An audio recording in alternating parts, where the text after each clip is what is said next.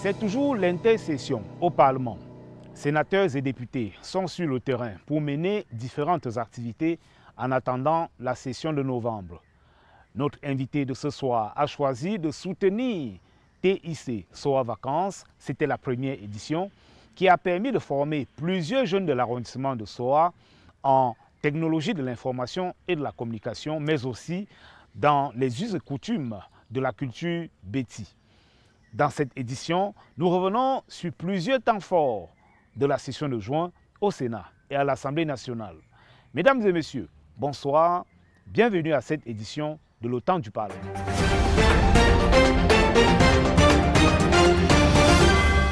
Ouvrons cette édition avec les nouvelles de l'Assemblée parlementaire de la francophonie. Le président de cette instance, l'honorable Hilarion Eton, premier vice-président de l'Assemblée nationale, était au Gabon, ce pays frère, où il a été reçu par les différentes autorités. Il a profité de l'occasion pour présenter l'Assemblée parlementaire de la francophonie et son rôle dans le fonctionnement des parlements en Afrique. Présent à Libreville, au Gabon, cette semaine, dans le cadre de la rentrée parlementaire qui s'est tenue le 2 septembre dernier, le premier vice-président de l'Assemblée nationale du Cameroun, par ailleurs président de l'Assemblée parlementaire de la francophonie, invité spécial à ces assises, s'est adressé du haut de la tribune de l'Auguste Chambre aux députés gabonais. Chers collègues, dans un monde extrêmement troublé sous l'influence conjuguée des nationalismes, des atteintes à la démocratie, de l'extrémisme violent et de l'antiparlementarisme populiste, il s'agit de se réunir autour des valeurs universelles qui constituent les fondements de la francophonie, consolider les solidarités qui nous rassemblent et d'en créer de nouvelles. L'hôte du vice-président de la transition gabonaise, l'honorable Hilarion Eton, en marge des travaux de cette session plénière, s'est entretenu avec l'honorable Ndongo Jean-François, président de l'Assemblée nationale de transition. En outre, il a été reçu en audience par le vice-président de la République au nom du chef de l'État et tour à tour par la présidente du Sénat, le Premier ministre et le président du Conseil constitutionnel.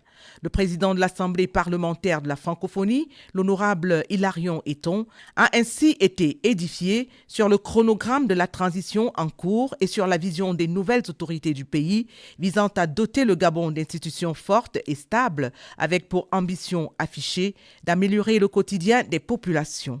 L'honorable Hilarion Eton dit avoir apprécié les avancées réalisées par le Gabon dans cette quête et aussi celles enregistrées dans le cadre du retour à l'ordre constitutionnel. La session de juin 2024 a permis aux parlementaires d'adopter plusieurs projets de loi portant accord de partenariat entre le Cameroun et certains pays. C'est le cas de l'accord de partenariat sur le transport aérien entre le Cameroun et le Canada, mais aussi entre le Cameroun et l'Afrique du Sud. Une occasion pour les parlementaires d'interpeller le ministre des Transports sur le contenu des désaccords, mais aussi sur certains aspects des transports au Cameroun. Monsieur le ministre, comme moi, vous lisez, entendez et constatez la poussée migratoire de nos compatriotes, surtout les plus jeunes vers un Canada accueillant. Le projet de loi en examen ne risque-t-il pas d'accélérer les flux de nos compatriotes de plus en plus nombreux qui veulent aller s'installer en Amérique du Nord? Monsieur le ministre, comme moi, vous avez sans doute lu que la défunte Camère a gagné un procès au tribunal de grande instance du Vouri en mars dernier contre le constructeur américain Boeing. L'amende assortie à la décision judiciaire est conséquente et fixée à plus de 158 milliards. Cette décision est-elle devenue définitive? Dans cette hypothèse, le gouvernement, bien que le constructeur canadien Bombardier soit partenaire de Camerco, envisage-t-il d'utiliser les fonds issus de l'amende pécuniaire a versé à Boeing pour équiper la flotte de Camerco en avions de ligne long courrier du constructeur américain. Ceci permettra certainement à notre compagnie nationale d'occuper l'espace aérien camerounais qui, comme vous le savez, est sauvagement occupé par la concurrence. Le dernier point, dans le rapport, on fait ressortir que sur la réhabilitation, on parle de la réhabilitation ordonnée par le chef de l'État des aéroports domestiques que sont Tico, Bertoua, Kribi, Maroua. Qu'en est-il de l'aéroport de Koutaba, qui jadis fut un aéroport domestique très fréquenté et très prisé? Le Canada, c'est l'une des destinations prisées du Cameroun aujourd'hui. Mais vous n'imaginez pas un seul instant que le gouvernement se lance dans la ratification d'un document aussi important pour favoriser la sortie de ces cerveaux. J'en doute. Ce texte, vraiment, je le réponds de la manière la plus directe, n'est pas là pour faciliter l'exode de nos compatriotes.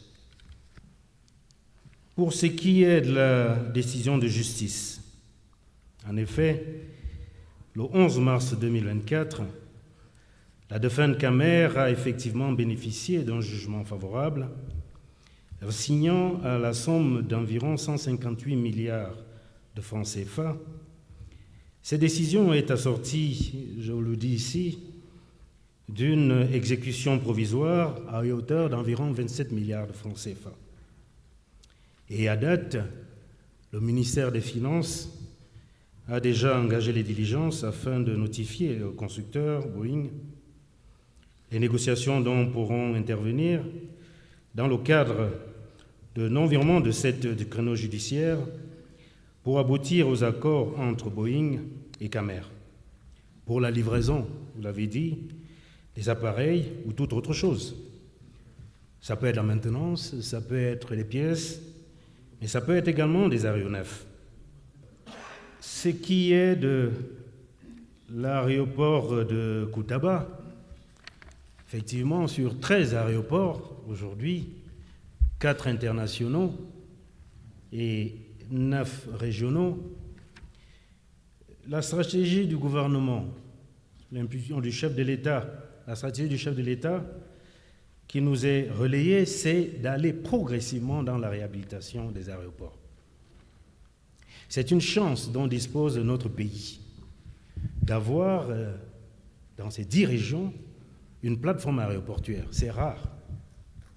Cette fois-ci, les réhabilitations se font progressivement. Vous verrez même que même les 4 internationaux connaissent de plus en plus des rénovations. À plus forte raison, les aéroports régionaux. 3 ont été retenus cette fois-ci par le chef de l'État, Tico, Bertoua et Kribi. Et je profite d'ailleurs pour vous dire que ce n'est pas un leurre. Fin 2024, les travaux vont commencer pour ces aéroports. Mais pour ce qui est de Koutaba, il faudra attendre encore un tout petit peu. Je suis parlementaire camerounais. Au niveau du Sénat, nous sommes un certain nombre. Nous sommes attendus en Afrique du Sud pour prendre part à 4 sessions dans l'année. La session du Parlement africain. Alors, nous partons souvent de Yaoundé par Ethiopian Airlines, suivant l'itinéraire Yaoundé-Addis Abeba, Johannesburg et retour. Généralement, nous partons de Yaoundé vers le coup de midi, heure locale, et nous avons un trajet de à peu près 4 heures, 4h15 minutes. On arrive à Addis Abeba dans la soirée. Nous passons la nuit dans l'avion pour continuer sur Johannesburg. Durée de vol à peu près 4 heures aussi. Or, il nous souvient qu'à une certaine époque de la compagnie Camer, un vol direct reliait Douala à Jobo ou Johannesburg. Je voudrais poser la question de savoir si dans votre agenda, dans le déploiement de Camerco vers la région, il est prévu dans les tout prochains jours, les tout prochains mois, une liaison directe entre le Cameroun et l'Afrique du Sud. Ça pourrait partir de Yaoundé ou ça pourrait partir de Douala.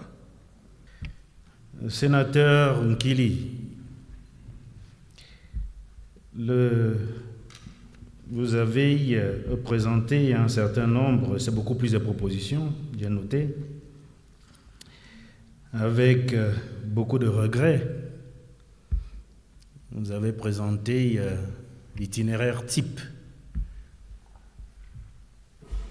d'un vol entre le Cameroun et la République sud-africaine. Itinéraire ponctué par des escales qui ont l'avantage, entre guillemets, de générer d'énormes coûts pour les usagers, mais surtout de rallonger le trajet. D'où ce regret que vous aviez de ce que Camerco faisait à l'époque, Camer Airlines faisait à l'époque. Oui, effectivement, aujourd'hui, avant la signature de cet accord, bien la ratification de cet accord par le président de la République, nous avons encore des délais qui sont longs. Et c'est tout simplement parce que nous ne disposons pas à date d'une liaison directe. La ratification de cet accord va donc nous permettre de régler ces problèmes-là. Vous évoquez effectivement la préoccupation. Est-ce que nous entendons desservir cette destination, comme ce fut le cas? Pour répondre à cette préoccupation qui a été soulevée également par le sénateur Alioum, je voudrais dire que, effectivement, c'est un programme qui est prévu. C'est un programme en 3 étapes. Camerco, vous êtes tous sans ignorer que a connu beaucoup de difficultés et nous commençons à sortir la tête de l'eau. Et pour sortir la tête de l'eau définitivement, le chef de l'État a instruit de réorganiser cette compagnie. C'est ce que nous sommes en train de faire. Cette réorganisation qui passe par le renforcement des capitaux propres, la gestion de la dette par la reprise de celle-ci par l'État, mais également l'acquisition des aéronefs pour permettre dans un premier temps de desservir le domestique, ensuite la sous-région et enfin l'intercontinental. Voilà le programme que le chef de l'État a instruit et que nous essayons de mettre en œuvre.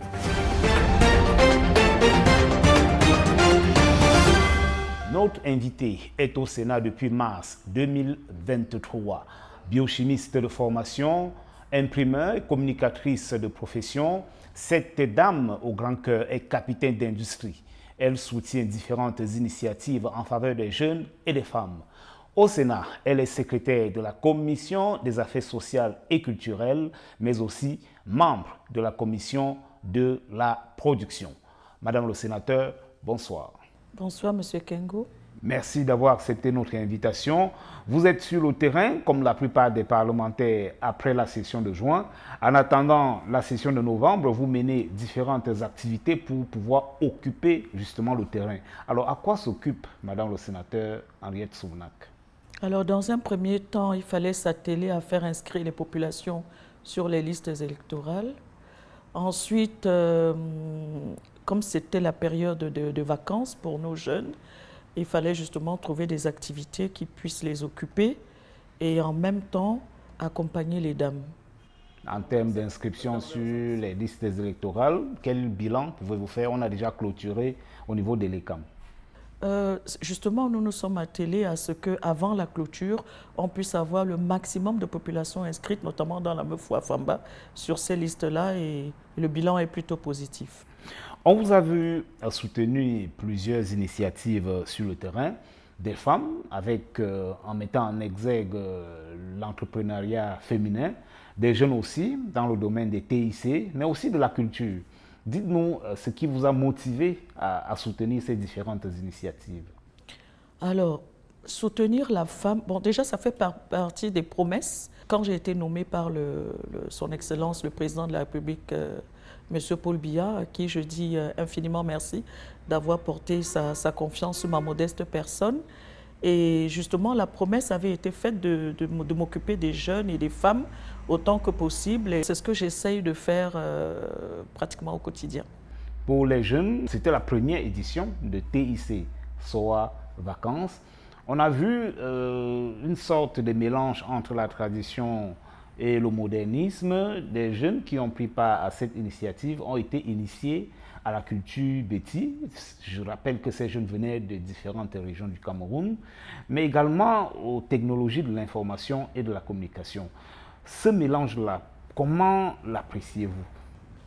Ben, justement, c'est une initiative qui m'a tout de suite enchantée de pouvoir voir des jeunes s'investir dans les TIC, parce que justement, je pense que c'est l'avenir de demain.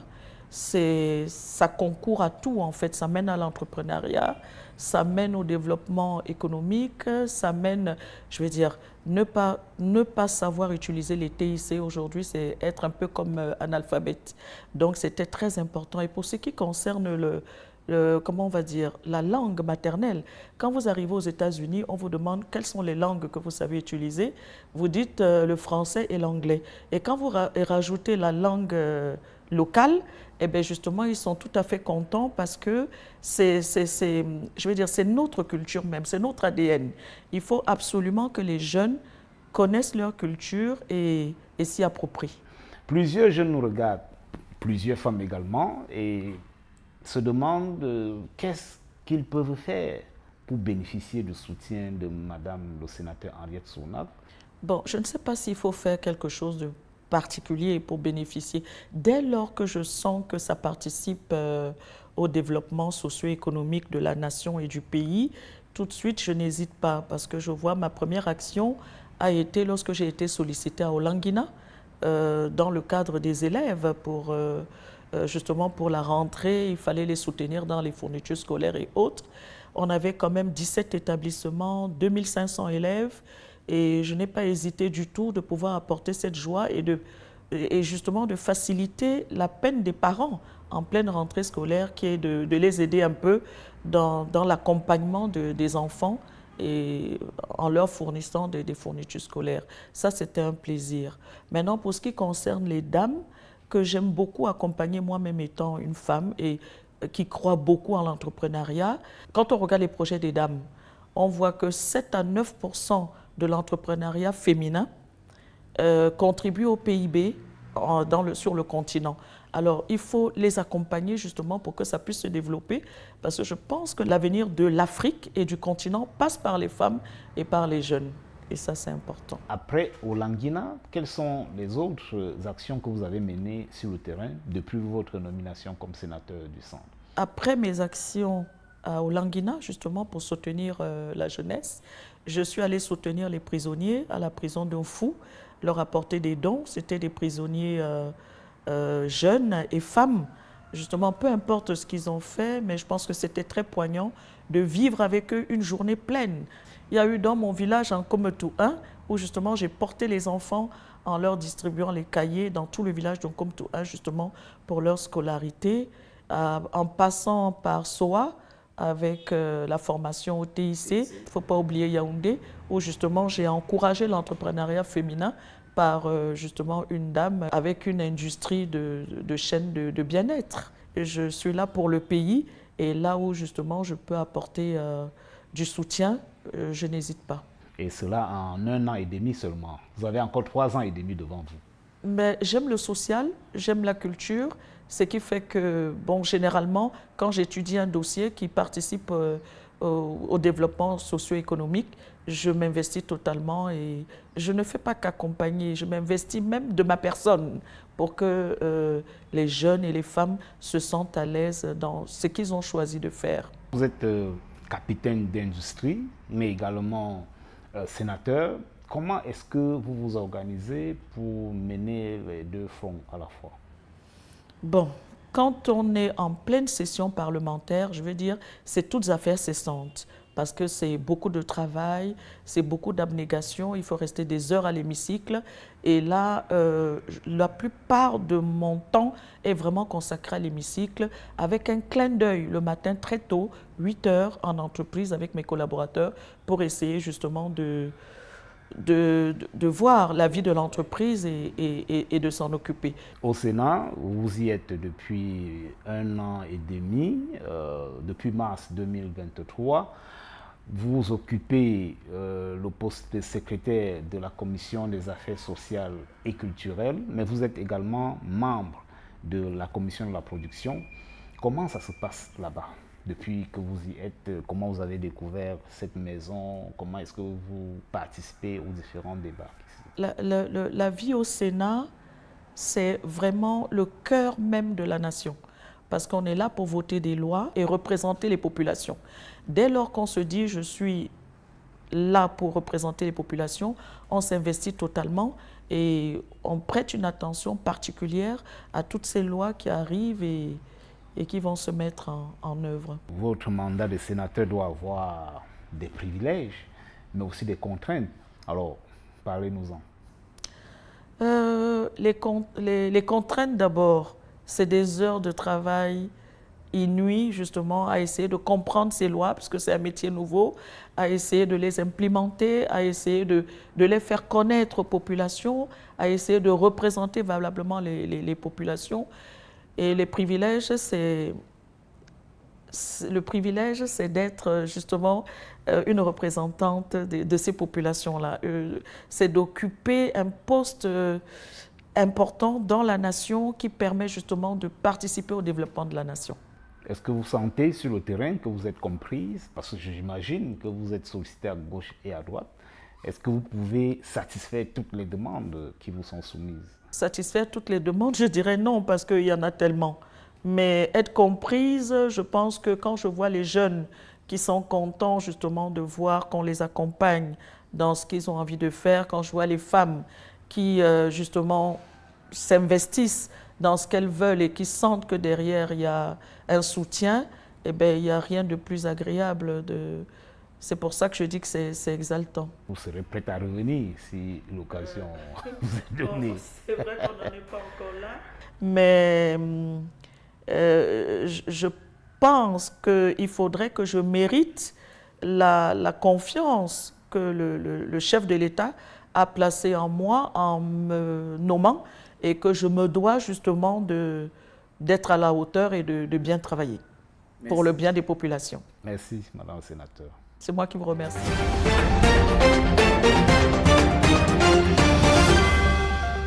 Sur le terrain, nous sommes toujours avec notre invitée, Madame le sénateur Henriette Sournac, qui a mené plusieurs activités sur le terrain, notamment le don des cahiers et des fournitures scolaires aux élèves de la localité d'Olanguina, mais aussi de soutenir une initiative en formation des jeunes en technologie de l'information et de la communication, TIC, soit Vacances. Une initiative qui a également vu les jeunes s'imprégner de la culture Béti.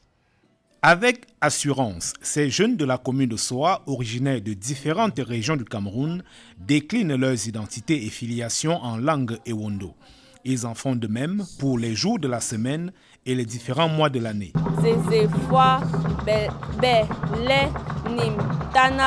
Saman. L'initiation à la culture Béti était donc une réussite pour la première édition de TIC Soir Vacances, l'apprentissage des technologies de l'information et de la communication aussi. On a appris à manipuler les suites bureautiques de Microsoft Office, notamment Microsoft Word, Microsoft Excel, PowerPoint et même Microsoft Publisher. Nous disons merci à Madame la sénatrice. Merci pour tout. C'était vraiment une opportunité que je ne pouvais vraiment pas laisser. J'ai vraiment voulu faire informatique et j'ai été vraiment satisfaite. Pour le promoteur, les TIC sont devenus incontournables, mais pour contenir leurs dérives, la culture serait un ultime recours. Nous avons eu à côté de nous une maman qui a cru en les jeunes. Parce que lors de sa nomination comme sénateur, elle avait promis à la jeunesse qu'elle devait travailler avec elle. Et à cet effet, donc, la jeunesse s'est réunie comme un seul homme, tous les leaders confondus, et se sont mis de commun accord pour demander à la maire si elle pouvait nous accompagner. J'ai trouvé que c'était une initiative louable et distinguée pour moi parce que les enfants, il faut justement passer par ce genre de formation qui sont les TIC. C'est l'avenir de demain.